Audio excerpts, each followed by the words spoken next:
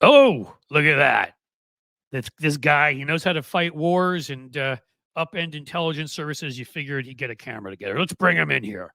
I actually sat there listening to you, giggling, thinking, I'll just keep him hanging. You just sat there giggling, thinking, I can kill him. Do you ever think that to yourself about people? Like, I know how to kill that guy. Does it ever cross your mind when somebody annoys you? No, no, it's better to I found that it's far better to mock people than to wish harm on them. And if you do it right, karma itself will resolve the issue eventually. Well, I think that's why you and I get along so well because mockery is sort of one of my top go tos, and it gets people on the right, or if you have to say extreme left or whatever aspect. People that like to attack people like you and me. I consider myself a liberal, a center left Democrat in the tradition of FDR and JFK and people, of that nature. I'll say quickly, folks who are giving new memberships and super chats, thank you so much. I want to keep the conversation flowing with Malcolm, so I'll make sure after we're done talking to Malcolm that you all get your due recognition, and I appreciate it. But in any case, yeah, where was I? I think I was just talking about the mockery. I mean, I don't know. That has always been second nature to me. And I think when you get in the public eye, I wrote my book on, I think when I wrote my book on McCain was 2008. Yeah. And I think I wasn't ready at that point. And I started going on MSNBC in 2006 and 7. And, but comments weren't as big a thing back then. Twitter didn't exist. Facebook was kind of young. And so the first time when I went on to certain blogs from my book and I get stuff like, you killed Jesus, and I'd be like, I was miles away when he was killed. I have a great alibi. I had to sort of develop, and then you start developing a thick skin and you get to a point where I call it the three phases. And I want to kick it to you and ask you questions, Malcolm. The three phases to me are first, you're hurt because this has never happened before. And you're like, wow, why do these people hate me? Then you start realizing who they are. And the second phase is, you just ignore it. At least this is how it went for me. So I'd ignore them. And the third phase was I find them actually funny and challenge them to do better, which is where I am now. I mean, if I've got time, I'll be like, is that all you got? Come with something. I mean, everybody says I killed Jesus. If you can't get more creative with the language, all of you neo-Nazis said, if you can't get more creative, with how I did it, when I did it, I mean, was it a Black and Decker or, come on, you gotta, in any case. Thank you, Malcolm Nance, guys. Malcolm Nance is was a long time covert operative. If I get any of this wrong, you were, you know what, Malcolm, you give us your bio because your bio is, but it's incredible. So go. I found out that I'm actually being held accountable for the way that people describe me. And, no matter what I say, if something's on a Chiron, I can't see it, right? So I have right-wing extremists now who are out there going, this Chiron in 2007 said you were. It's like, what?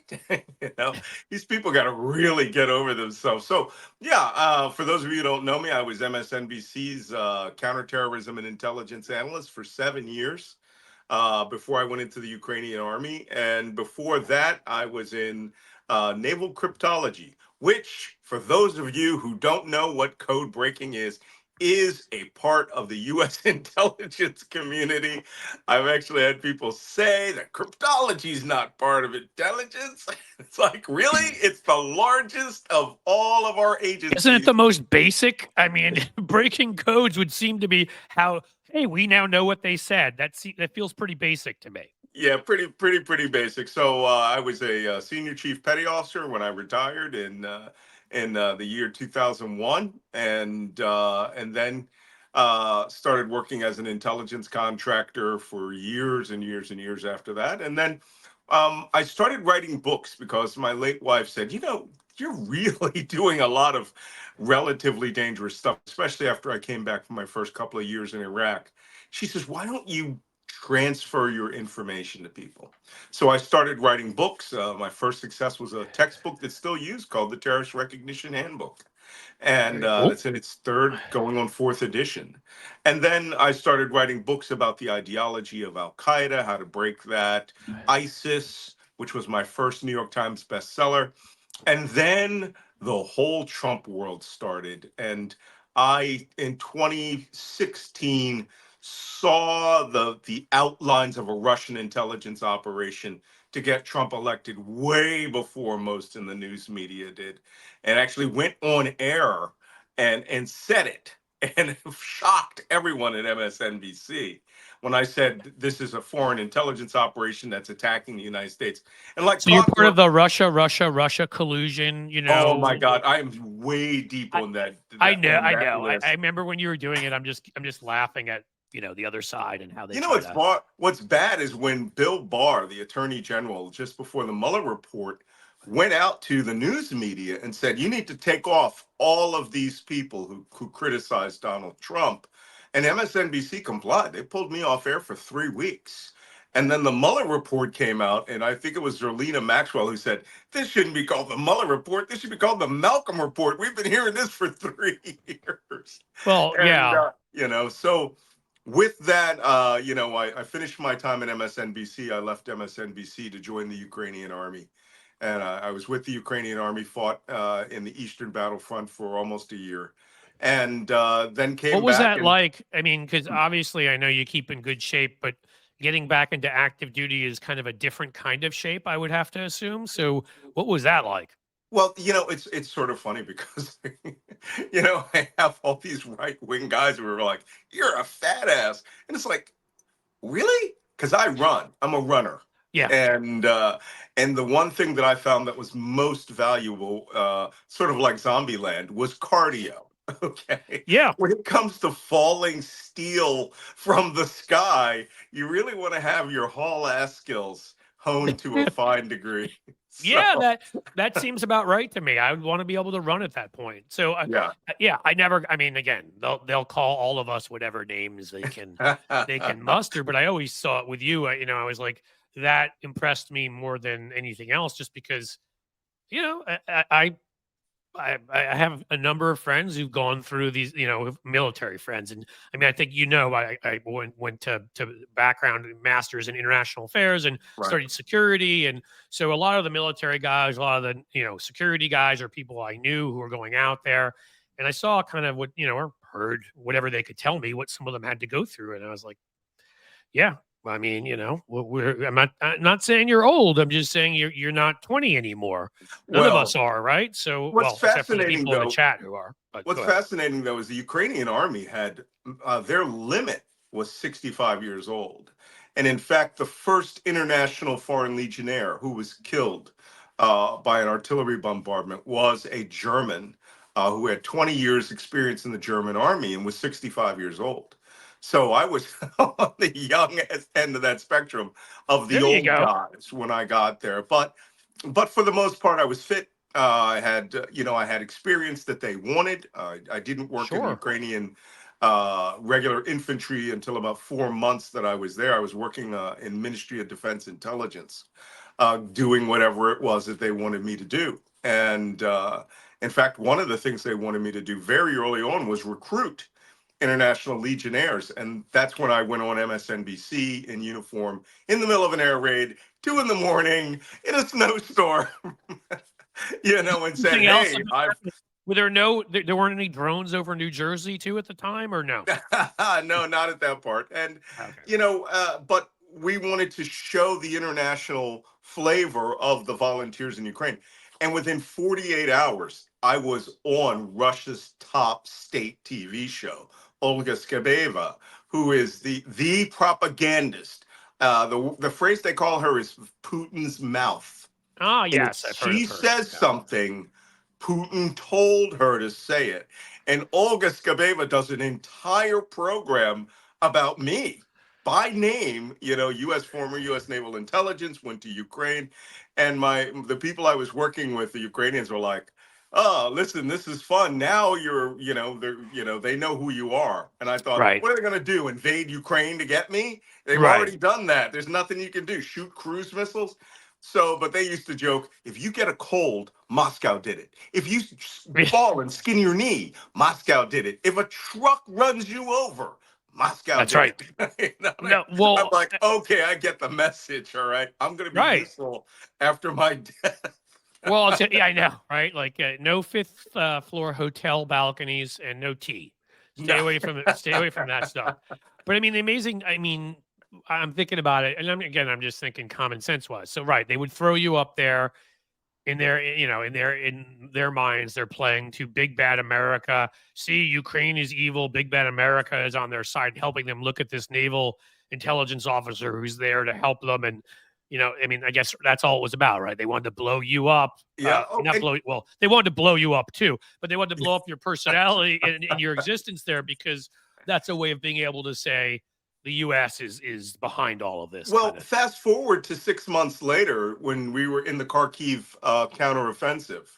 I made a clip of video where I was on the front, and then the artillery. I mean, the front collapsed so fast that artillery moved up to our forward battle positions.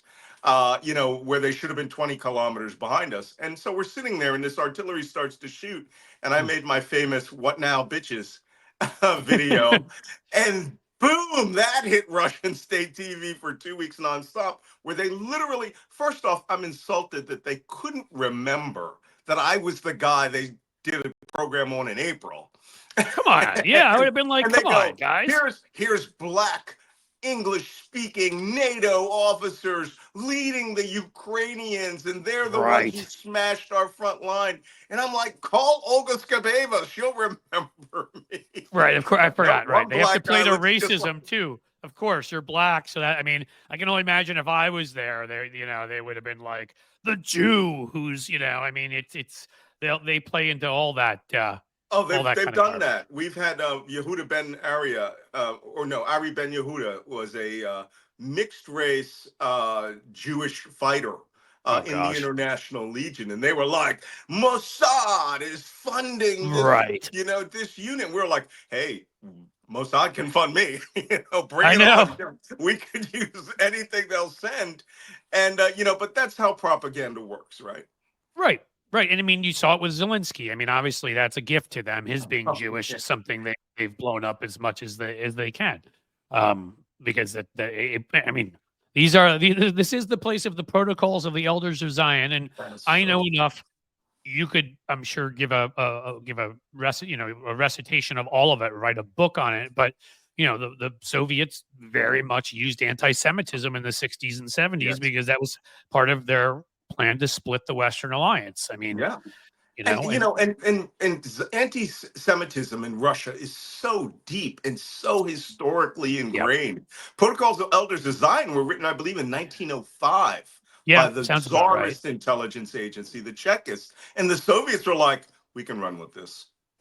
Yeah, right. I mean, they'll just keep it going because you're right. If it's so deep in a culture where they're saying that they can keep I mean, people love to play on ancient animosities, right? I mean, Mm, I'll never forget. And again, I know a lot from my background. You're the mm, pro. So if I say anything, correct me. I don't get sure. offended.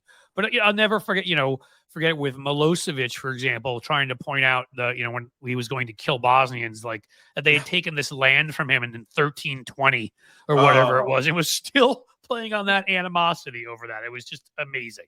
yeah. When I was in Bosnia, which was really surprising why they put me there, I was more of a resource, an intelligence resource manager. Let me use phrases like that.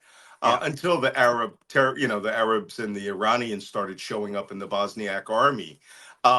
We realized one of the phrases that I had optimized for my briefings was that I had gone to Yugoslavia in the mid 1980s. I think we were only the second U.S. warship to ever visit since Yeah. Tito, since 1945 or something, Yeah. and we were there much longer. The other ship was there for a day. We were there for almost a week. And we took the tours. We went up to Sarajevo. The Olympics were just happening, and Yep. all of this was going on. And I learned this: Yugoslavians are Serbs that don't go to church, Muslims that don't go to mosque, right? Right. Croats, Croats who don't go to Catholic church or either. right, Right. Yeah. right, at all. But everybody drinks Slivovitz, right? And then when the Bosnian War started, it was served. We're freezing a little bit, Malcolm. Let's hope we come out of that.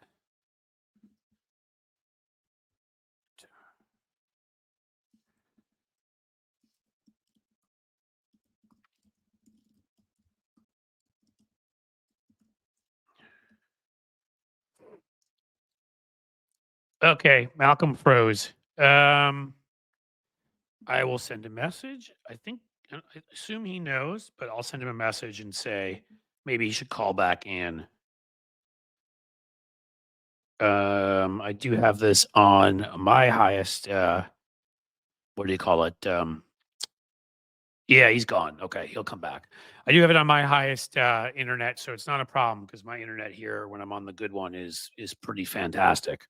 So you can all still hear me pretty well. Yeah, I'm good. Malcolm froze. Okay. I'll shoot him a note and maybe he'll come back on his own because he is an entertaining dude. We don't want to lose him.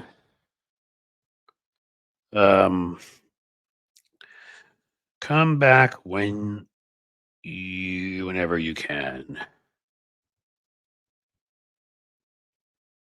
It was probably the Russians, guys. You know that, right? I blame them for all the freezing. Yeah, see, there we go. Paul Young, or I'm sorry, I got to give credit to Jason Zeha, if I pronounce it right. Beat me to it. It was Putin. Oh, no, you said I got loud and clear. Well, that's good. Quantum Cricket, thank you. It was Putin. Or Elon, yes. Well, Elon and Putin are sort of interchangeable at this point, except for Putin actually has more personality, which is sort of embarrassing. Malcolm, that's why I love talking to him. He's done things, man. I thought I'd done things, and again, as I think I told you all, I had a certain level. I don't even remember; it wasn't high of security clearance to go and just do democracy promotion work. When I would speak to foreign dignitaries and journalists and students and populations on TV and whatever. I did a big trip to Romania. We're on the edge of Ukraine, in fact. When we were in part of Romania, like right on the border that reached Ukraine, we're speaking to both. And then these digital video conferences that I did, where I didn't even have to leave anywhere because this was pre FaceTime. It was the coolest thing in the world. You could actually like talk to someone and see them on video. Yes, I'm old, guys. No, I mean this was like the 2000, I want to say 3, 4, 5 period. So yeah, you actually during that period of time like could do that, and I couldn't do that from anywhere else. It was the coolest thing. So that was fun. But your sound is good, Cliff. Yes. Well, this is the new microphone, by the way. I was borrowing the one from the guy down the hall, and it was so good that I got another one. Let me see if I got an answer from Malcolm. I hope all internet didn't go down because that would be sad. I'll check if everything is okay. Luckily, I'm here. Oh, we get him back. We got the man back. I'm going to add him to the stage. There you are. We just guessed it was Putin that did it. It's always the Russians. See, it is everything. Or not charging up your phone. So, or not charging up your phone. That's the Russians too. I believe the Russians did it. They did. So remember, I'll say quickly, and then I'll let you continue. For the people that are younger in here, remember that cool 10-year period of time when Boris Yeltsin was always drinking and Russia was fun again and was cool, and he defended democracy, stood up to tanks when the old guard tried to take over. He and Bill Clinton were like best buds, and we all thought, hey, Russia might actually become a cool place. Putin had to ruin it all. All right. In any case. Yeah. Well, Russia was Russifying, and interesting time because some of the characters who were there was who were in Russia at that time, running newspapers and magazines, Westerners. I believe Glenn Greenwald at one point was over there running a magazine and just having an outrageous fun time exploiting Russia. But these guys who were there early on who thought that this was a country that was going to embrace democracy. They embraced capitalism. That's a Right. very different thing, right? Right. And now they are what they are, which is a Well, crony dictator-led capitalism world. too, right? They didn't embrace the capitalism of, as we know, with, oh, come on, the guy who took them on because his client was killed. That we have the Right, right. sanctions are named after. I can't think of, but it was essentially start a business here, and then if you did and you're Yeah. successful, they just sort of come in and take your money. And they were all the oligarchs, your friend of Putin. You just grab resources. So it was capitalism of a cronyistic sort, but not for most people, right? Yeah, and if this explains some of the things you guys may have heard during the invasion of Ukraine, the one of the first Russian positions we took on during the Kharkiv counteroffensive was at a former Ukrainian space science center, a radio telescope, one of the largest radio telescopes in the world. And when we took the facility, I knew exactly where the commander's bunker was, because it was lined with boxed washing machines and dryers that they had looted. And he didn't take one, he took 10, right? And this was his cut to go back and sell them on the streets. Because, Russia, the infrastructure of Russia is still Soviet. It's Right. not, it was never really improved. So most people still do their laundry at communal laundries. They're not done in their house. So even in 2022, a washer and dryer was an insane luxury. And that money never trickled down from 2000, when Putin became first prime minister, then president, never Right. trickled down to the people at all. So what you're saying is every movie I've watched, from The Saint with Val Kilmer to Jason Bourne over there, is pretty much accurate in its depiction of what Russia looks like. I certainly think the Jason Bourne part is accurate. My only problem with movies like that is that they have this unrealistic belief that the police really listen to their radios and will respond Right. to these things. If you leave a bottle of vodka on the street corner, no one's coming to come help you. So I want to say I got in quickly, trouble thank with Dark Shabdu here for putting up Magnitsky Act. That's what I was trying to that's think correct. of. I Sergei couldn't Magnitsky, think of it, and yes, thank you for that. Bill Browder's lawyer. Yes, that's what I was trying to think of. Like, that was about that, right? Like, they could just come on in and, hey, give us all of your money, or if you think your business is doing well, we'll just kill you. Well, Khodorkovsky is the big character who ran Russian TV and radio stations, and Putin just came in and said, I'm just seizing all of your assets."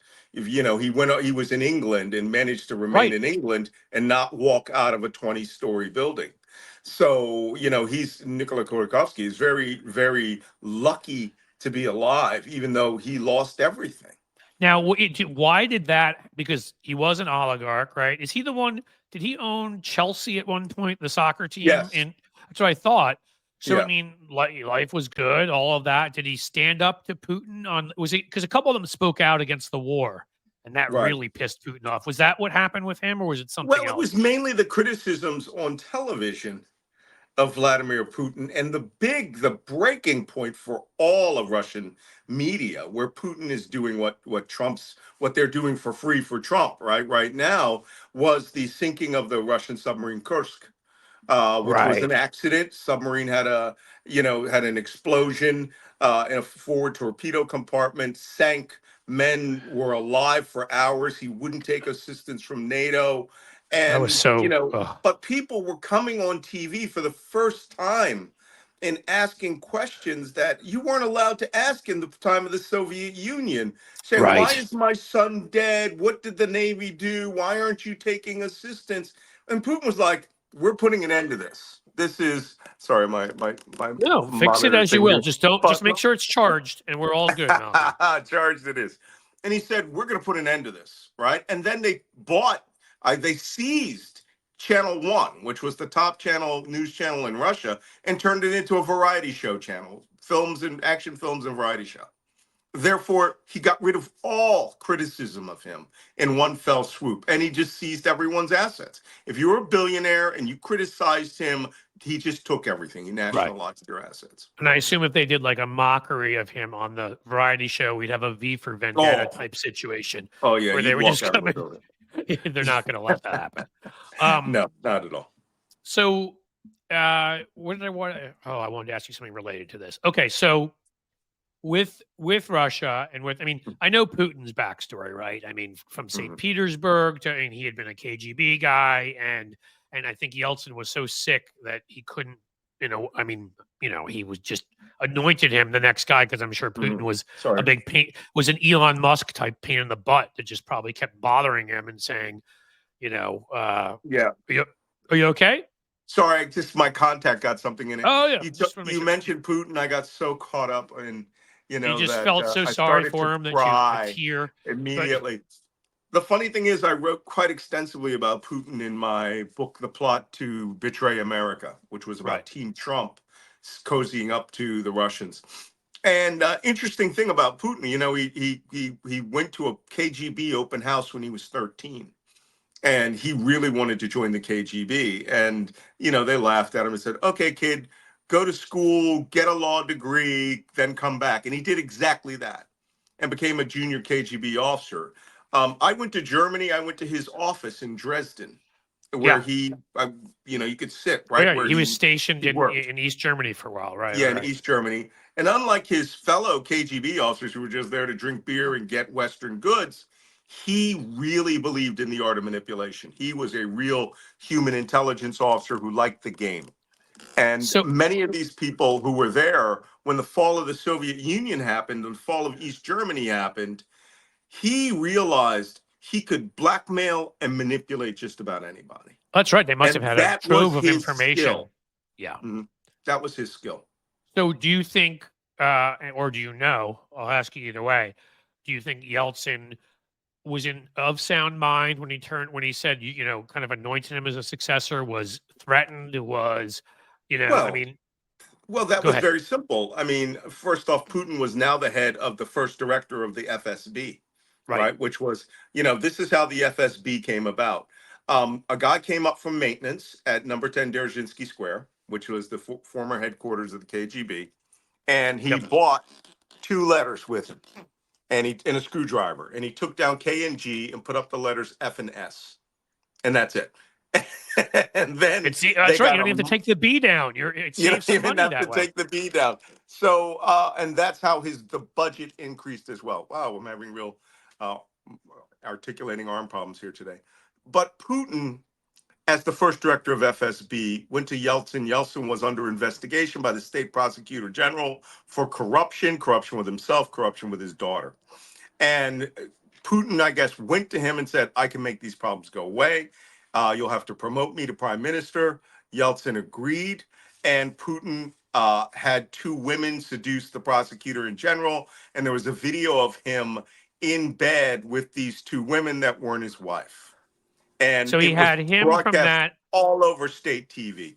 Yeltsin, being eternally grateful, made him prime minister. And then the mysterious bombings of apartments occurred all over Russia Right, blamed on and Chechens. We're still. I rage still on think. Chechens, and Okay, I Putin don't know if this became is. president.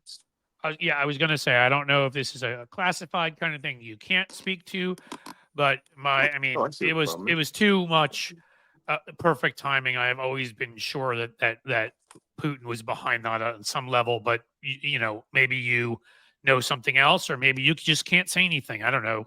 Well, Say whatever you can. not from a classified basis, just only from my own research and writing that Putin, there was a lot of evidence, two incidents where FSB officers were caught planting explosives. And one, they claimed it was an exercise. The other one, the device didn't detonate, and they were there trying to take the explosives out, if I'm not mistaken. So it's not a conspiracy theory. I mean, it all worked in Putin's favor. It was the Well, right and shot if there's fire that they evidence needed. too, right? I mean, I'm sorry, there can be a lot of people involved in a secretive, plot, and if there's evidence of it, like there were secretive plots to kill Hitler. Sadly, they Right. failed.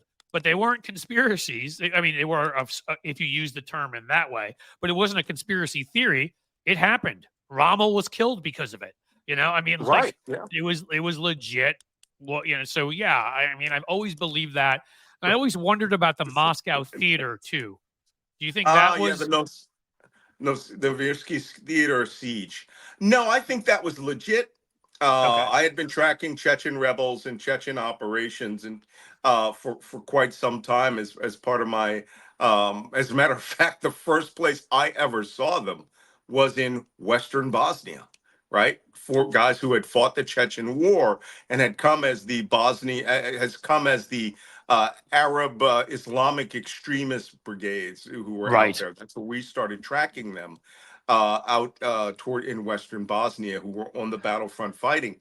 And the Chechen Dagestan problem is a real thing. Who wrote a book about it? I think it was Tolstoy who wrote a book called Haji Kadir in the mid to late 1800s, Uh which huh. was about this Islamic extremist, Sheikh Muslim imam who started an uprising there. This is a very old problem. It is. And so the theater massacre started out as a real siege, but it also shows you what Russia thinks of people, no value Right. in their lives. So And I'll killing add in several again hundred.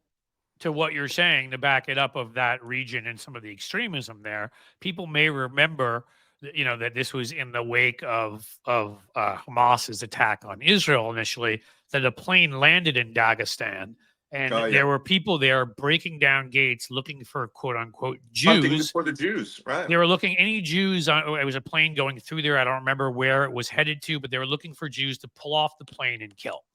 Right. Um, so I was like, okay, Dagestan is crossed off the vacation list. Uh, not going there. Ingushetia, Dagestan, Chechnya. Yeah, You're not yeah, going not there good for spots to go borscht. to, right? Yeah, So one thing, I'm not sure if you know personally my friend. He does a show too, Tony Michaels, who I think would love to have you on his show. He's got a show that has a pretty solid following. A lot of the folks here also watch his. He wanted me to ask you, and I told him I knew some of this answer, but sure. the strategic loss of Bashar al-Assad and how, because every bad person who we are enemies with, from terrorists to countries, seem to be quite fond of Mr. Assad and his staying there so he could gas more people and make Mm. Tulsi smile even bigger than she does now. Sorry, I had to take a shot. I mean, they're finding what mass graves with 100,000. I mean, it's sickening what they're finding there. So, Yeah, they're gonna so find mass graves, but maybe not of 100,000, maybe well, I five, may be 10,000. exaggerating, and I'm probably getting the Yeah, number wrong. I don't remember what the number. It was an atrocious number. With the right. so so how did you see that coming? And two questions. One, did you see that coming? And two, once it happened, and of course he went to where else? Moscow. Right. How they've lost at least two bases. Moscow, the Iranians lost supply routes, and so did terrorists. So I Mm. guess I'll ask you first, do you see it coming? Second, and how has it harmed what I would call it an axis of evil, call it a group of evil people, call it a group of a-holes. I don't care what you call them. How has it harmed them? Well, first off, I did a lot of operations when I initially came into intelligence in Syria. I spoke Syrian Levantine dialect Arabic. That was the first dialect I learned. And, had a vested interest in how activities were being carried out there, took part in, operations that involved airstrikes against the Syrians in 1983, a whole Yep. bunch of things. And worked very closely with Israel and, over the years. But I said this to Jill Weinbanks yesterday on her podcast. What you've seen here with the HTS, right? The Hayat al-Tahrir al-Sham, that was Yeah. the group that did the liberation. When Right. they That took took over. Yeah. Aleppo and blitzed, as soon as I saw the car convoys, the organization that they had, that group, by the way, is backed by Turkey, but early on was backed by the Gulf states, the Okay. Saudis, and they had a lot of resources. I was going to ask you Starting, that. So is that something different, or is that a Sunni Shia kind of Well, this was clearly this was less a Sunni Shia war, more of a Sunni rising war. Gotcha. Okay. And Shia just happened to be there. Syria was ruled by minority groups, Alawites, Christians, and Druze. Right. We were a very, very small minority who lorded over the Sunni majority, right? Right. Most of the country is Sunni, they're not Shia. And so they helped with the assistance of the Iranians, who backed Shia militias in Iraq, backed Shia militias in Syria, and had Hezbollah in southern Lebanon. It was Right. almost impossible to get at them. They had too many resources. Then Russia came on their side with airstrikes, these permanent bases there. Russia had been in and out of Tartus and Latakia forever. And it was only, after 2015 that Russia came into Humamim Air Base in a big way and turned it into from an old sleepy helicopter base, as I remember it, to a major strike fighter base, a very large strike fighter base. They can get to Northern Africa from there, correct? I mean, and they would also do northern jumps into Northern Africa with PMC Wagner into Sudan, Libya, Mali, Chad, which is where they were expanding this footprint of just bodying leaders and getting rid of the old lines of influence from Europe and the United States. And it appeared successful. It's all gone now. All right. Losing Syria. Syria was the last of the confrontation states with Israel in all of their wars, 48, 56, 67, 73. Right. Syria is the last of them. When the Egyptians cut their peace deal in 76, it was just Syria alone being one of those countries that was militarily facing off against Israel. Israel and Jordan obviously had created much better relations with Israel. Oh yeah, too, Jordan and Israel are. I mean, Jordan was part of our they're part of our coalition in the Gulf War. Right. Yeah, so, and they were part of the coalition, the defensive coalition last April when Iran did their major attacks. The Jordanian Air Force scrambled, right? They were shooting down drones and letting the Israelis come into their airspace to engage missiles and drones as well. This is also existential to them. So by Syria falling, and I knew something was up when Aleppo fell like that. I said, no one's resisting these guys.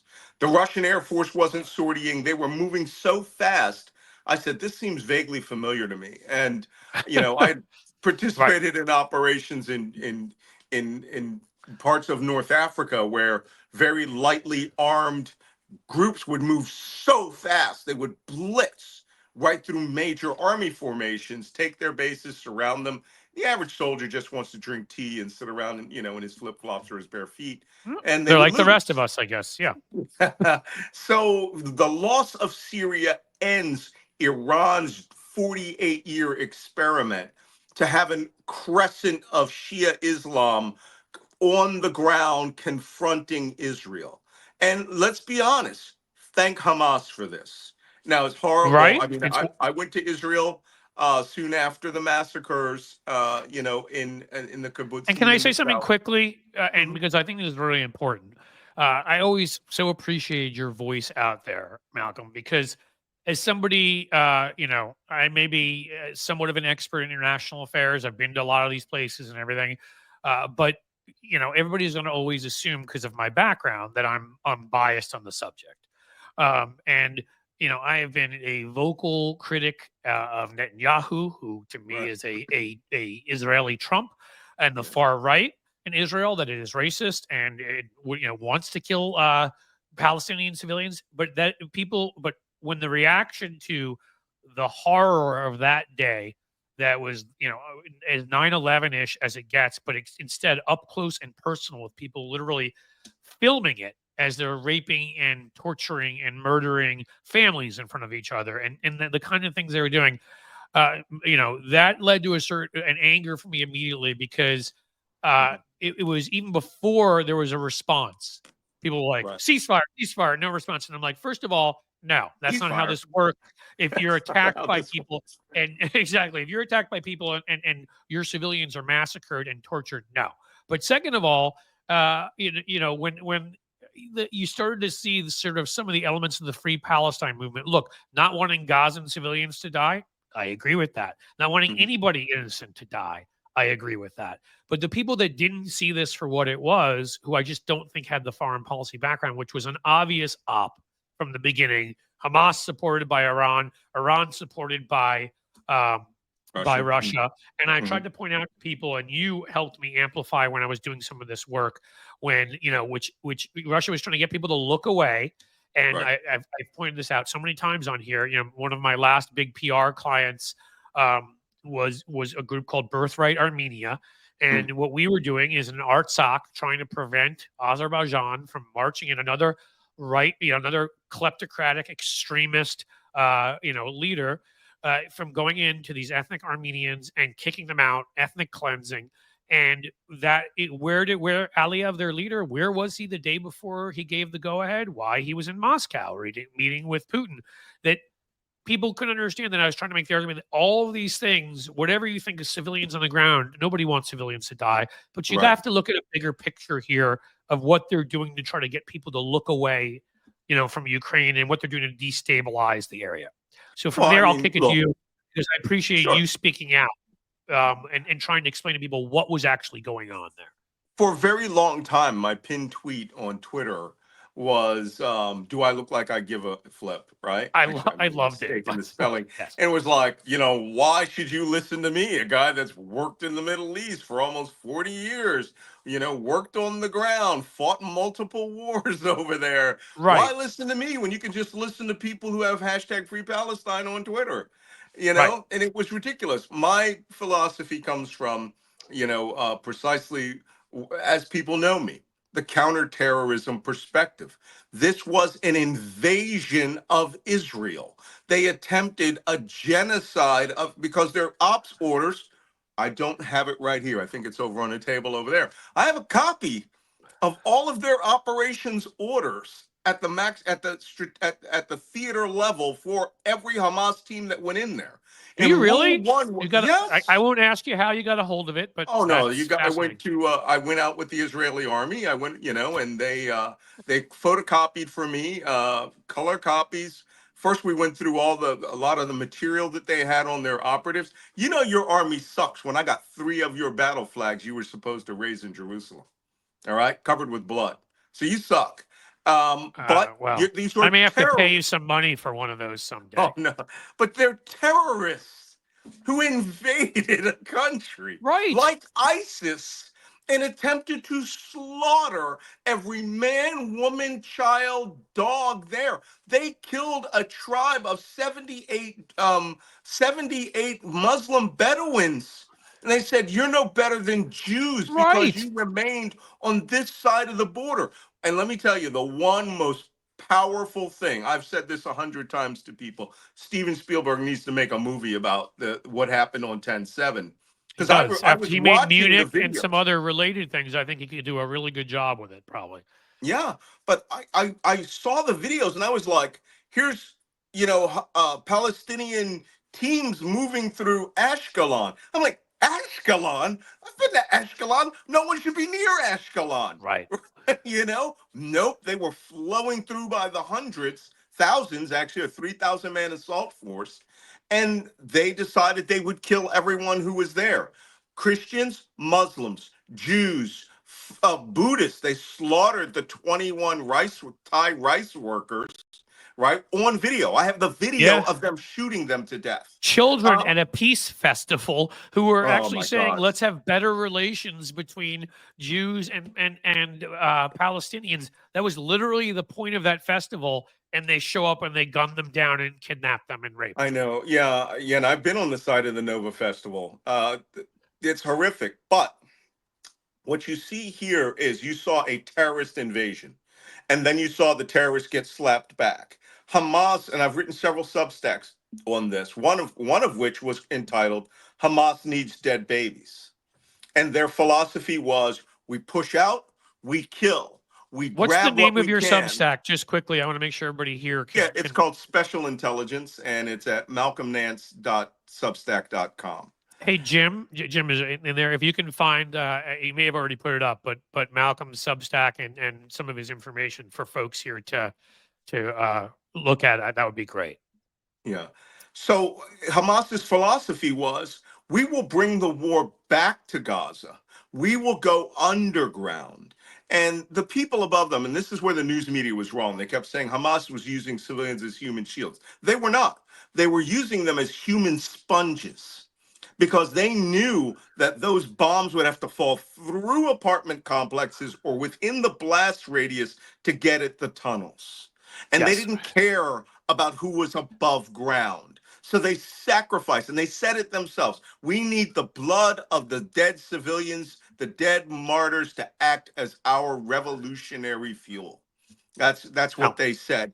And they don't care. They needed dead babies on the Israeli side to get the Israelis to carry out their No. operation They're a of death cult. yes, They're medieval. The absolutely, manner in which absolutely. the manner in which they slaughtered people is the kind of thing you see in medieval, wars, and that, I mean, it was horrific. So Oh, it was so go ahead. ISIS-like in its execution. And Yep. I was one of the first people to hashtag, Hamas equals ISIS. And I had Yes. people, I got into major battles Oh, with I know. people in news media and academia. One guy is a professor at Georgetown University, right, who wrote a book on Islamophobia, came at me and called me something like a Zionist loving da da da da da. And I fucking went off on him. I was like, before we go one step further, you will apologize to me with your racist diatribe. Now, tell me, all right, tell me that you reject the mass murder of Hamas. And I held his feet to the fire for about 20 tweets until he finally reluctantly came around and goes, "Oh, no one wanted to see the killing on 10/7." Really? Because a lot of people in the United States did. And a lot of people who claimed they were allies of Free Palestine couldn't spell Gaza, right? Couldn't point to it on a map. Couldn't show No, you which and you know what hemisphere it was in. else? When I tried to get these very same people, because I care about human beings. So Yes, when I would try to, from my foreign policy knowledge, point out what was going on, in Ethiopia, or what was going on in right. Sudan, when I would Sudan, point out right? what was going on to the Rohingya, Right, when I would point, and I don't care because I can find every different race, every different religion. When I would point out, what Modi was doing, when I would point out, and then the big one, what was going on with Armenia, right, Armenian Christians, again, one of the right. oldest Christian civilizations. So there was no free Crickets. Armenia hashtag. There are no kids on campus who are out there doing that. And Yeah, again, that and doesn't. Go ahead. what's worse is, I spent a good piece of my career. I mean, I grew up in Philadelphia. I was a Catholic kid that grew up in an Great Orthodox Jewish town. neighborhood. That's where I went You know, to college. Jim's always the best cheesesteaks. We can fight right? that out if you want Where'd you sometimes. go to college? I went to Penn, which You went uh, to Penn, yeah. you know what I should have said? I went to college the same place as the guy who shot the healthcare CEO, the entire Trump family, Elon Musk, Cenk Uygur, Frank Luntz. I swear to God, at this point, I don't even know if I want to admit I went to Penn anymore. I'm only proud of John Legend. We have John Legend, and that makes me happy. Otherwise, Penn, man, I can't even imagine being in the Penn, the department of alumni relations and communications, and trying to be like, after dealing with Elon and Trump, they're like, my God, somebody just shot the healthcare guy, and he went to Penn too. Like, I mean, I can't even. In Yeah, any case, well, go ahead. yeah, as I was saying, I grew up in Philadelphia, as a Catholic kid in an Orthodox Jewish Yeah. neighborhood. So one of the first things that I had learned about, my dad was a World War II veteran. Yep. And, he imparted upon me the horror of the Holocaust. And I found it just offensive that people were coming up to me and saying, what's happening in Gaza is a genocide. Well, I've seen the locations of genocide. I've And we been have to somebody who's been saying Auschwitz, that in the Dachau. comments here, Malcolm. And I was going to highlight it. I didn't think he deserved that, but I'm glad Mhm. you're addressing this, because as much as we think as any innocent civilian dying is horrible, I want you to Yes. address that charge because I think it's ludicrous. Go ahead. Well, the funny thing about it is that, I'd seen these places. I've been to Dachau. I've spoke twice at Auschwitz. I actually went to a conference. I spoke at a conference called Never Again, Really, Yep. in 2019. That was held at Auschwitz, where they kept seeing all the signs of a rising global authoritarianism. So I met people from Rwanda. I met people from Bosnia, places where people have put it on the table. We will eliminate all of you. Survivors from Cambodia. I went to Kampuchea the week after Jeez, Khmer tourism Rouge. I opened. mean, that's a genocide. I I mean, went there in 2000, in 1996, I want to say. They had just opened up, and I met the brand new minister of education, who I asked him, it's a 45-year-old man. I said, "How are you alive?" Because the country's made up of 18 years old. And he right, had gone out into the sticks and had pretended like he was like mentally ill. But these people had real genocides. A war by definition is not a genocide. right, Okay, genocide would have been, terminators, right? Just coming through every living thing. This war was a 100-meter war, which means it was fought every 100 meters, and Hamas chose the battle space. Hamas chose the means at which the war would be waged, and Hamas chose where and how they would confront the Israelis, which was everywhere, and knew that by restricting civilians' movements, that these people would die and hope that they would become obstacles for them, which is why right. the Substack was called Hamas Needs Dead Babies. They need dead Israeli babies to get the Israelis angry to come, and then they needed dead Palestinian babies to mobilize the global media against the Israelis. And they also, again, it's in their own these days their popular manifesto of their beliefs. There's from the river to the sea. I mean, it's pretty Yeah, and simple. that's a term of genocide. It Right. means we will, what we didn't affect when we ran, when people left their homes in 1948, relying on the combined Arab armies to wipe out and kill every Jew and give them their land and property. From the river to the sea means we really, really intend to do that at some point. Right. So You anyone pointed that out uses that earlier. phrase Yeah, you is pointed out using it earlier all the really. wars, including the one in 48 when Israel accepted the partition and the other side rejected it and then attacked them, that there have been numerous attempts to finish off what the Nazis started and have a genocide in Israel. And every single one of those wars, and again, I'm not defending everything Israel's done, and I'm certainly not defending Netanyahu and whatever. Doesn't matter. Every one of those wars where Israel was attacked from 68, what, right, 67, 73, pick any one of them. And if they lose any one of those, there's a genocide, is what Yeah, ends up they happening. were existential wars, especially in '73. The Egyptians got so close that that Golda Meir was talking about arming nukes. So things are pretty bad when Yeah. she uses phrases like, "I think the third temple of Israel is going to fall," and it's like, Yep. "Ooh, that's not good." No, That's no, no, not good. we don't want that. I mean, and that's the thing, and that's what gets me so angry is that again, you can label what happened here correctly. You can have sympathy for lost lives. You can have all of that, but war is awful. Civilians die in war. I'll ask you this: do you think there is a way, because you know this better than I do, that Israel could have conducted operations against Hamas with fewer civilian casualties? Let me ask you that. Only if they decided to compromise and have massive Israeli casualties. Look, the battle space is unique in almost, with exception of maybe the Battle of Stalingrad, right?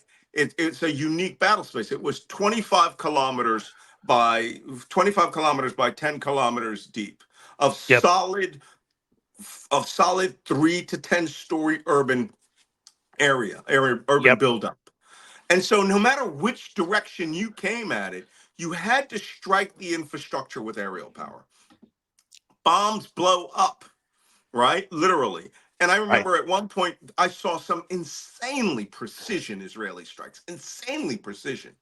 And I was hearing on the news these indiscriminate random Israeli strikes. Let me tell you, Israel does not randomly strike anything. Where Israel aims at something, like the United States, we hit it. But what civilians don't understand is that bombs have a blast effect and a radius. I say a If you blast radius. Yeah. Yeah, Right. I blast mean, radius. And if you don't allow civilians to get there, if civilians choose not to move, when we had the second Battle of Fallujah in 2004, We emptied the city. 36,000 soldiers surrounded and attacked that city to root out 5,000 Al Qaeda and Saddam Fedayeen terrorists. And the city was 98% empty, and still 1,400 civilians were killed in the Right. crossfire. Well, look what's The happened in French, Beirut, and look what's happening. I mean, city warfare by definition is horrific. yes, Nobody wants to engage in that. That doesn't make it genocide. And what it does make it is when you have a group whose own, propaganda or manifesto belief system is genocide, like Hamas. mhm, Again, they are purposely placing themselves where they can so the most civilians possible, as you wrote in your Substack, will die. And it's just right. amazing to me. But how did we lose that information war so badly? I mean, Well, Israel, I would think, would be better at this no, than. Israel really sucked at it. And I actually had an opportunity when I was there at the office of the spokesman of the IDF to say, you're really bad at this. Even They though you reminded had me of your the Democrats, where they just like think that people are going to understand it without actually right, explaining it to them. without explaining it in headline terms. No Yes. one wants to read your fine print, right? Yep. They read It's chyrons and headlines. That's what people read. yeah. And so as far as Israel being able to do it in a better manner, I really think, and it's people are going to say, "Oh, that's awful." They did not use the entire force of the Israeli army. They did this piecemeal, sort of, what I call slow Pac-Man, Yes. which is how you have to do it. Israel mobilized 100,000 men in addition to the main force of the army. Israel should have mobilized 500,000 men and women, and they should have gone in at every angle and pushed to the sea. Now, Now, what would that have had? You would have had yep. 1,000 dead instead of 500 dead. Yep. There would have been. Now, that's another thing that I faulted them at, and I actually spoke to them. I said, you have enough resources in Israel that you could evacuate every wounded Palestinian to Ashkelon, Beersheba, to IDF medical facilities. You could have set up the entirety of the global medical support arena in Israel and said, hey, listen, anybody that gets hurt, we're going to bring you out, right? We're gonna allow ambulances in and out. Um, I don't like Netanyahu's methods. I think that he, by allowing this war to go past 1 year, is insane. Yep. It's insane. There are forces and tunnels that they have. They're just starting to find. You wouldn't have had that problem if you had rushed, if you had come in at So every strategically, angle. had he committed more like from the beginning? But Yeah. that's the issue. Do we think part of this in the end was his doing what he thought he needed to do to stay in power? I wonder. Yeah, that's politics, and the methodological way that he did it, um, as opposed to getting the job done, really made me think that he was meeting political objectives. And they Yes. love him in Israel. When I was in Israel, no one faulted him. Whereas I said on day two, Jeez. on October 8th, why is Netanyahu in power? He should have had the decency to resign I was going to because he say, you failed at the failed, my fundamental man. job of protecting Israel. I mean, Hand it over to somebody else. Let them do it. It's an army mission now. Form your coalition government, but not you. And if he had done that, 90% of the global approbation would have gone away. yeah, now that's what I'm saying. And also, again, you can tell me if this is true or not. Read in Mm. multiple sources, but what can you trust at all anymore? Had he moved much of the defensive presence or at least military presence up into the West Bank area to protect settlers there who obviously were illegally settling and sort of ignored their southern flank, or is that Yeah, that actually is a fact. He had moved two divisions off of the Gaza front and had moved them into the West Bank at 1 year before this operation. Also, there's the entire how can you put it, the malpractice of not listening to the ground level intelligence analysts and collectors who were going, hey, these guys are talking about seizing Kefir Aza. Kefir Berry, Right. and they've got a unit that's tasked to go to Ashkelon, and they had run a drill 2 weeks before the invasion. And people say to me all the time, they were like, "Oh, well, that's just a breakdown in the chain of command." No, it isn't. I've been to Israel, almost married an Israeli once, way back when. It is two things: arrogance and misogyny. And let's be honest, they can be a little misogynistic over there. Yes, yes, And they they don't can. want to hear from some junior lieutenant or major who comes to them with this revelation, because their arrogance says this, right? They wouldn't dare. Well, when I approach an intelligence target like this, my mindset is always, oh, they could get away with this. So Yeah, what do right. we do to prevent it? I mean, they wouldn't dare. If you ever have that mindset about anything, sounds Mhm. a lot to me like, Condoleezza Rice saying, "Well, we had no idea they could fly airplanes into buildings, except for the 12 different warnings you got, and the time that Or the terrorists took over a plane and tried to fly into the Eiffel Tower in France, and hell, even what's his name wrote a book about it, crashing into the Capitol. I can't even think of his name right now. Tom Clancy, Thank right? you. Like Dead of he thought of honor. it. If he thought of it, you could have thought of it. Well, I she mean, should have thought of it, because an airplane crashed about 150 feet from her office into the White House at yeah, one point. A light airplane did that that's back in the right. 1980s. That's right. I So forgot don't about tell that. Yeah. me that. I'm sure you got it. That is part of your briefing. But it's not a lack of imagination. It's a lack of your imagination Right. being able to process what your intelligence community is telling you. And You this you is need to why come in with an we're open mind like you would anything else. When I've worked on run political campaigns, strategy, this, that. If you come in with your biases and you're so sure that this couldn't happen, that's when you lose. yeah, You should be open to the absolutely. idea that anything can happen. Let your intelligence, let your data, let experienced folks tell you what's going to happen, and you figure it out from there. It would seem to me. Right. But Absolutely. so with all of that, we were going to get to something important, that I think probably unify everybody here, which is you were developing a plan and how you believe we should react to the inauguration of our own extremist lunatic nut in this country. And I figured we wanted to have you on to talk about that. Sure. Yeah, I wrote a Substack last week, which I'm going to restack after Christmas because people just aren't paying attention to it. But it's Yeah. called, How to Start a New National Resistance. And Mark Elias, the lawyer, Uh huh. who's doing brilliant work, said the Democrats, the progressives, liberals, never Trumpers, need to create a new opposition, and the opposition needs to be synchronized, synthesized, and work together. Yes, because that's the job of the Democratic Party and the political body.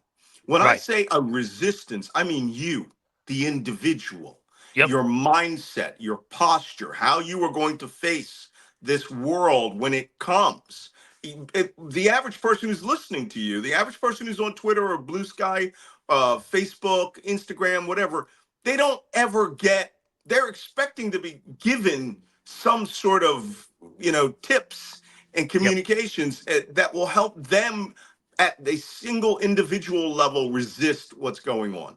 And Right. so what I said in this Substack is, look, here's 3 things you can do, which actually came out to 4, right, that you can do to start by programming counter inauguration activities. And the first one is very, very simple: a 100-hour media blackout. I Starting the like it. morning, 8 a.m. of the 20th, or whenever you want, turn it off.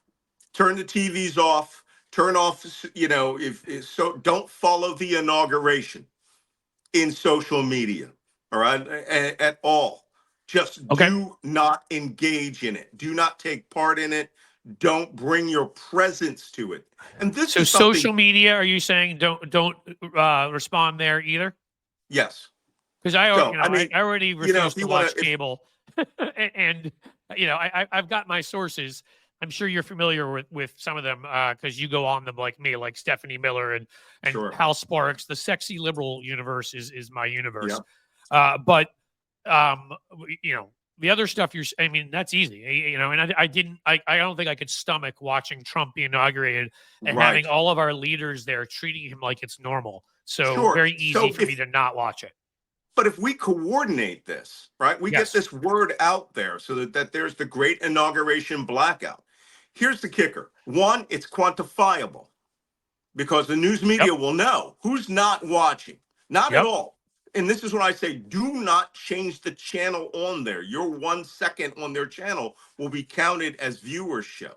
We want to personally show them the power of not watching you or participating in this. Number two, by doing that, it becomes a story.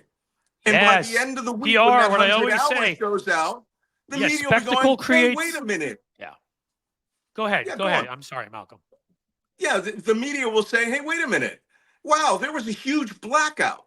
And, these people chose not to participate. And, I actually made a joke that we should form a political action committee that could be called NOPE, NOPE, right? Not our president ever. and, I kind and of to like where it. we just say, you're having your time. This is the guy you voted for. 77 million of them voted for you, right? But 76.5 million didn't, and 90 million didn't vote at Vote at all. all. Yeah. Right? So don't come up here and tell us this is a mandate. Don't come up and shove your lives in our face. We don't care what you say. We'll catch it the following Saturday when we turn our systems back on, and maybe I will focus it on, making people watch Jonathan Capehart and Michael Steele's show only, Yep. because Right. those are The two couple people who are people that are pretty being, fair arbiters. yes, they've been honest. I still love that Jonathan Capehart. I had a video I did that went viral on here and got, I don't know. I mean, not crazy viral, but 125,000 views or something. When Capehart, when he basically ripped Hugh Hewitt. Hugh Hewitt started crying and stood up and threw down his microphone and said, "I'm leaving and I quit." And I was very I proud. I remember don't know that. Jonathan Capehart personally. I'd like to just to Such a shake nice his guy. hand on the fact that he made Hugh Hewitt cry like a little baby and storm off. So that was Yeah, nice. well, but his show and other shows are on the chopping block now. Anything that is openly opposed to Trump is likely to Right. be cut. Like I So find let's Lawrence show. O'Donnell to be very helpful on. Like But I'm if not. we, Yeah. Go ahead. Go ahead. Sorry. but if we, as rejectionists, right, and resistance, if we can focus our financial savvy, which is our presence. And this, by the way, comes from a philosophy of Dan Savage, the sex columnist, who would I've had say him that. on a past podcast. He's Love terrific. Dan Savage. Yeah. Great. He's a brilliant guy. I spoke to him recently. Hilarious. And Dan's philosophy is, if you cannot accept us as we are, we will remove our presence from your life.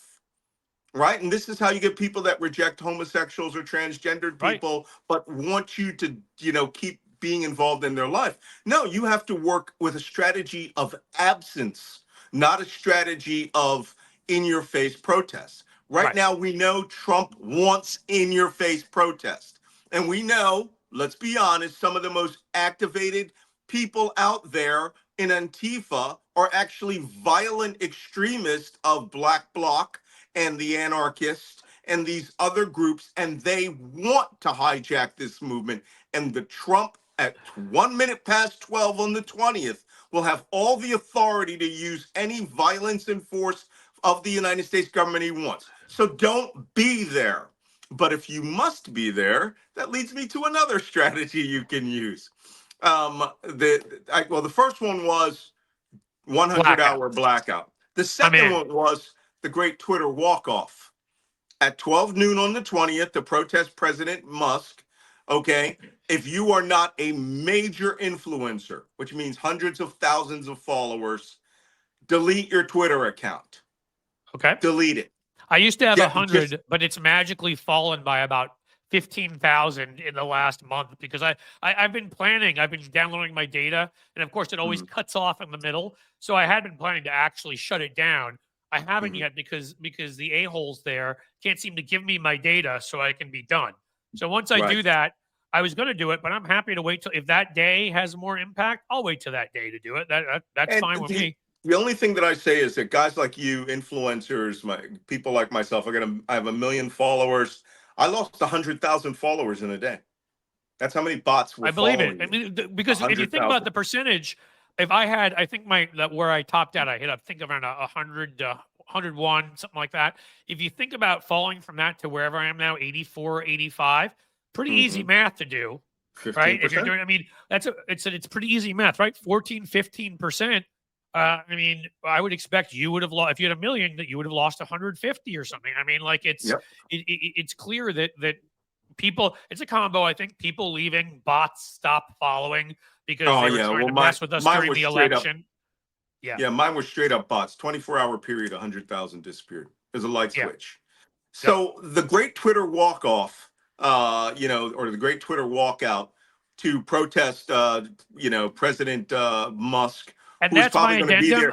there. I this time I have to interrupt because I'm going to say my addendum to what you're saying is Uh, to continue saying what you're saying, everybody.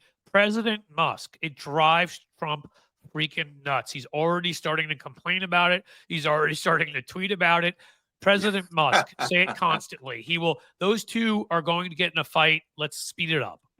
yeah, works for me. So that is what's we propose happen at 12 noon. If you have your Twitter account or you deactivated it, reactivate it so that we can quantify the loss. If we could get millions of people to delete simultaneously, anyone who's on Blue Sky to Yep. get rid of your accounts, do it.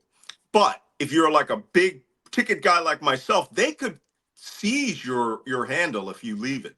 We want people to stop using it. Right? Yep. I will block all comments. I will just stop using Twitter Well, from that now. was my only problem, Malcolm, to be honest with you, is I always planned that I was going to lock it down. I was going to stop using it. I was going to, and that would be it. My only concern was, I'm not saying I had the followers you had, but I have enough of a public profile as somebody who is, an author and Sure. and all of that kind of stuff. I don't want someone stealing grabbing my And identity there yeah, and doing that. So don't I was, delete. Yeah, guys like you don't delete. You right. guys just stop engaging. The That's anger fine. algorithm there is based on your engagement having fights with other people. Oh yeah, I haven't been And doing if you that for a stop while. engaging, you can keep your handle, but it's the equivalent of you walking away. Right. I'll keep my handle and I'll even, put on the lock and lock it down. I don't Mhm. care. And then there'll be almost zero engagement. It'll drive them nuts. Right. I'm not looking So for engagement. I don't want anybody squatting with my right. name and my, Yeah. Yeah. And that's fine. You can do that. But the algorithm will still see it as zero, right? Cool. I'm in. Waterfall to nothing. So the third thing that we recommend is that that there are alternative methods of protest to actually getting out there. One of them includes getting out there. One is that you can actually apply for your tickets right now to attend the inauguration by writing to your congressman. I believe there's a link, inauguration.org or something like that, that you can go to and request tickets. Request them. Request 2 per person. That's the limit. And don't show up. I think Okay. that's a brilliant one too. And what's great about all of this is actually YouTube's the main place I go, and Twitch I'm at, whatever. But this is streaming on Twitter right now, so they can know Good. They'll know what we Yeah. have planned, what we have coming. Like I care. What are you gonna do? No, Get me off Twitter and push me to Blue I Sky? was going to say, like, I wasn't even saying that I saying just the opposite. I want them to know. I'm glad it's Yeah. streaming on there. Let those It took sons of me 10 bitches know what years we're to going get to to do. 1 million followers on Twitter, and I reached 200,000 on Blue Sky in less than 3 weeks. There you go. Right. I mean, again, I just, and I've been concentrating here. I hit 101,000 and then I got 2,600 bots purged.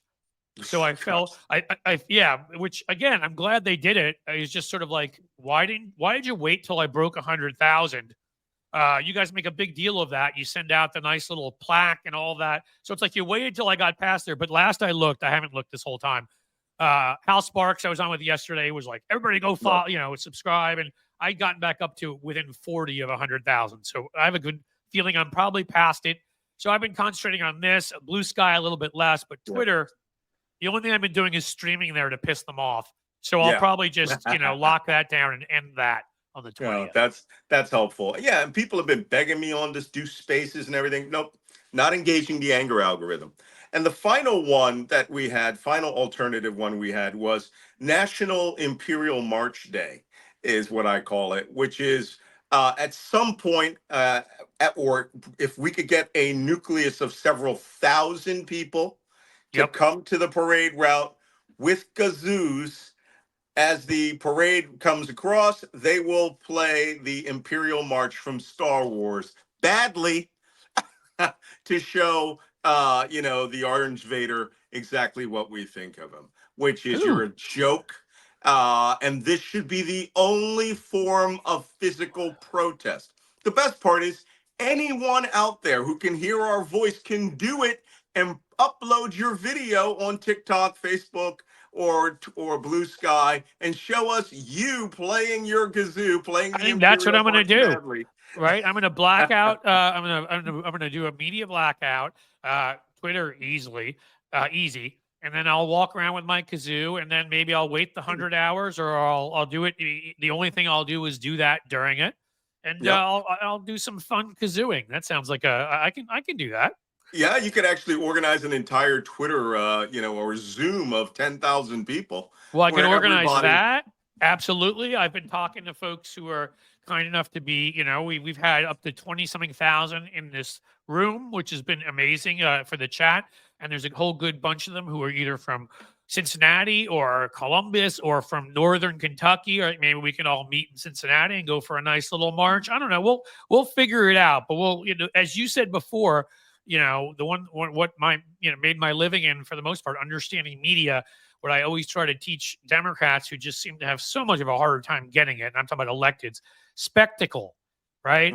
Big things. That is what gets media attention. A blackout where, as you said, the numbers are quantifiable, that becomes a story. A bunch of people marching, playing the Imperial March on a kazoo across the country at the same time, that becomes a story. Like, this is, again, you got to think about the way our media thinks, and it's no longer in the mature way we wish they would think to concentrate on policy. You've got to get their attention with stuff like this. It's been said that Republicans speak in shouting headlines and Democrats speak in fine print.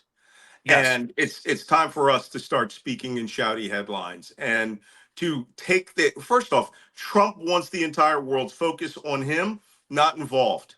People come up to me if they say, hey, did you see the inauguration? I'll say, no, I didn't see anything for 100 hours. I am not going to watch advertisers that support this. I will not watch channels that support this. I don't want to see the analysis of something that I reject and that I don't agree with. And I'm not going to watch Jeff Bezos licking his shoes and Tim Cook patting him on the ass. And I don't need to watch our billionaire class. There are some good folks like Mark Cuban, but most of the billionaire oligarch class, the ones that are all joining his cabinet, because obviously having worked for the WWE is perfect for Secretary of Education, as you know. And those are the people who are going to be there fluffing him. So don't give them what they want. Yeah, well, it's a joke, a dangerous joke regime. And as I like to describe it, Trump is a drunk monkey with an AK-47. He really is. It's all amusing till he pulls the trigger. Yep. And then we'll see. So, but we as people who don't view this, look, I didn't vote for him, so he's not my president. The time of back a president, no matter what, is over in America. Because to do that, you must be someone who believes in the Constitution, who will defend the Constitution, who will protect the Constitution. This man doesn't know what it is. It's a word that he uses from time to time, but it is about him. He is Mad King Donald. That's how I like to refer to him. He's no different than George III, as far as I'm concerned. And the MAGA red hats are nothing but the red coats to me. I'm a That works. I mean, Philadelphian, look, he's you directly know, assaulted the Constitution a number of times. He's only going to get worse. of And course. so I'm like you. Listen, I mean, I was pretty young at the time. I couldn't have voted even in that election, but I was a little bit too young to vote in the Dukakis George H.W. Bush election to pick one example out. But Mhm. George H.W. Bush won, and I considered him the president of the United States. I considered him my president. I had a lot more trouble with accepting George W. Bush with torture and some of the other things that went on. But when it comes to this, no, he's not my No, president. I'm sorry. no, You don't get nope. to commit insurrection and attack the very system that we have and then have me accept, no matter how you become president, that you're my president. So Right. I love what you've come up with. I mean, it should be a pact, but I also think it should just be a saying. It should just be nope. I think Nope. to me, that's the Not our perfect, as a president ever. messaging guy, I love it. Is he your president? Nope. Are you going to do anything? Do you believe you should do anything to support him? Nope. It's always nope, which is Yep. what I'm Well, going to run with that one. well, let's get that super PAC going. Another thing, the reason I mentioned that it's a PAC, we do not support each other as Democrats, progressives, conservative never Trumpers. Yep. And we allow people to do things on their own initiative, like the Lincoln Project, phenomenally powerful organization. The Right. Lincoln Project was phenomenally powerful on cyberspace, not in real space. They You're right. didn't have advertisements that were showing in Des Moines. Not at all. They didn't, they could put out an awesome video, but no one would broadcast these things. We have to get to the point where our message needs to show up, in the Cracker Barrel, or, You're at right. the, When you go the into the Chick-fil-A. gym, as somebody who's in Ohio, and again, Cincinnati is a pretty liberal city, so we're an exception, a blue dot. But even I go 20 minutes, in a certain direction here, and anywhere you go into a bar, Fox News is on. You go into a gym, Fox News is on. You go into our airport here, it's almost always Fox News. I mean, that stuff is the kind of stuff that we have to change. Yep. And part of And that we is got to by complain about it. culturally, yeah, complaining about it, but culturally changing by talking to people, by being loud, by creating our own channels. Again, I only started taking this channel, what I would say, consider, seriously, maybe 6 months ago, where I started really putting up content every day. Before that, once a week, twice a week, whatever. And I'm at 100,000. So, I'm so glad that folks here have supported me. You're supporting me by coming on Mhm. here with your big following. Hopefully, I'm helping you get your message out about the inauguration to people. We should be supporting each other if Yeah. in the end we care about winning this thing. If it's all just about, adulation and money, then fine. Everybody just support Yeah. themselves and do their own Yeah. thing. But if it's actually about caring about the country you're from and being embarrassed that we could have elected this thing again, that I won't even call a human, and that Elon Musk, this zero EQ lawn chair personality loser, exerts the kind of power that he does, and Mike Johnson, who, when he's not busy, monitoring his son's adult entertainment viewing, is out there losing votes. I mean, this group of losers, my God. I mean, as I said, I don't believe in bullying in general, but I'd love to go back to high school and stuff them all into lockers. They're tools. Don't And worry. They're we should, metaphorically being stuffed into lockers right now. yeah, well, let's keep it going. All right. Well, that's what I have to say. I agree that we need to create our own new information ecosphere, and some people need to understand that we have to learn the lessons of the failure of the Women's March in 2017, which was they massed all this power. They got the pink pussy hat to be famous, and the minute that march ended, infighting started.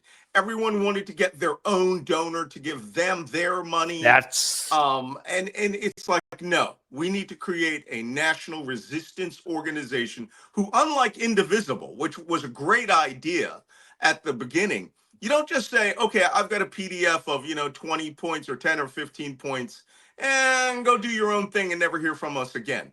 You have to actually create an organization that is not the Democratic Party, that I is agree. wholly independent of it, that will help push the Democratic Party to do the right thing by, like, not bending at the knee or not accepting this, or to force congressmen not to come to the inauguration. Yep. Okay. Well, I think that organization is going to be called Nope. And I think we're talking to people here. I mean, I think it's great. And we're going to share everywhere where people can find you up here. Thank you, Jim, our moderator, our head moderator, for doing that. And I will have you on for periodic updates to keep the crowd, knowing what you're doing. I'm sure they'll be reading you more and listening to you more if they don't already. But I'm going to be checking in with you as I do privately, Malcolm, so that I can have my texts read back to me in Russian, because I always that's still one of the initially creepiest and then funniest moments of my life, that I'm like, well, I speak French. Why is Malcolm doing this in Russian? I'm going to go in and I'm going to write back to him in French just to screw with him. And I go in because I've been dictating it, and I go in and I see, holy crap, he didn't say that in Russian. That was just read to me in Russian. And I'm like, oh, our friends are listening. Yeah, there's a watch section that has duty on Malcolm Nance. So yeah, don't use text for that purpose. Well, Well, Signal thank you. is how I will be contacting you. That will be the plan. And Well, it's my and I'll be pleasure, sir. talking, because what we can do leading up to it on Blue Sky, here on my channel, other channels, I think are your Substack, are all conversations that we should have. So Appreciate it. I will be Yeah. in touch. You're still one of my heroes again. I mean, if you hadn't been out there speaking as strongly, again, I think people will never understand what side, having sympathy for Gazan children, having sympathy for Palestinian children is something I have more than the 30% of Muslims, by the way, who voted for Trump. Not the 70% who did the right thing, but the 30%. And yet people will never get, unless they are Jewish. And I'm not religious at all, and I'm not even that ethnically Jewish at all. But when you see people saying things that echo history, where bad things have happened to your family, having people that are outside of your sphere who are not Jewish speaking out and calling out anti-Semitism is a pretty important and powerful thing. So I can never thank you enough for that, because you had a large account, a large voice, and you spoke for people like me. So Yeah. thank you. Doing what's right never hurts. I'm going to go with that. I like that. You take care. Yeah. If Merry Christmas. I think you Happy said you're a Hanukkah. Catholic, so you're a Christmas kind of guy. We do both. So we're, Merry Christmaka, I guess you could say to us. Christmas Kwanzaa. That's right. Kwanzaa in there too. I should have thrown that out. I should not forget that. And don't forget people to send people to see the wicked version of the description of Hanukkah. It's brilliant. Where is this? I want to do that. It's on Twitter. Okay. It's a musical number called Wicked Explains Hanukkah, and it's brilliant. Oh my God. Well, then I have to see it. Okay. I appreciate it. You take care, buddy. All right. Take care, Cliff. All right, folks. The one and only Malcolm Nance.